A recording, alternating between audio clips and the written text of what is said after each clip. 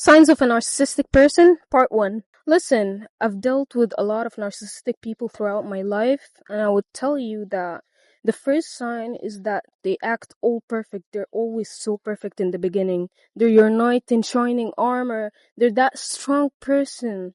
They're that sweet person who never treats you badly.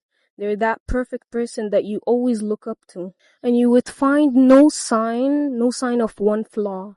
And always take good care of people who are like that. Genuinely, please just keep that in mind.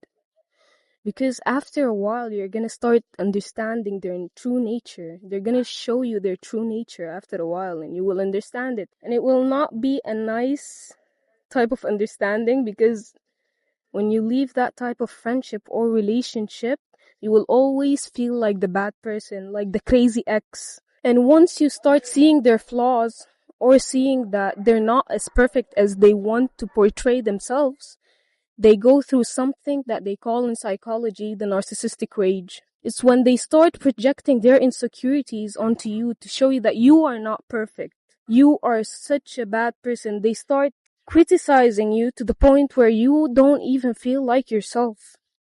After a long time of being friends with a narcissist, you'll start losing your spark. Trust me. One of the signs I also realized is that they're always the victim. In every single story, they're never wrong. And if you try to wrong them, then you're just as toxic as they are. They're always the victim. They always have to be the victim. They play the victim role to the point where they start believing that they actually are the victims. And then, to top it all off, they might even start telling people that you're the crazy ex, telling them your secrets, your stories, just to make you seem like the crazy ex. That's when they start picking out new victims. And honestly, don't try to change the new victim's mind, because at the end of the day, you're the toxic ex, supposedly, and you should have peace with that, genuinely. You won't change their minds until they learn their lessons themselves. Let people learn their lessons themselves without you interfering.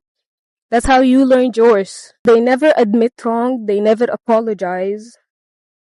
They don't even have to apologize. Why are you asking them to apologize?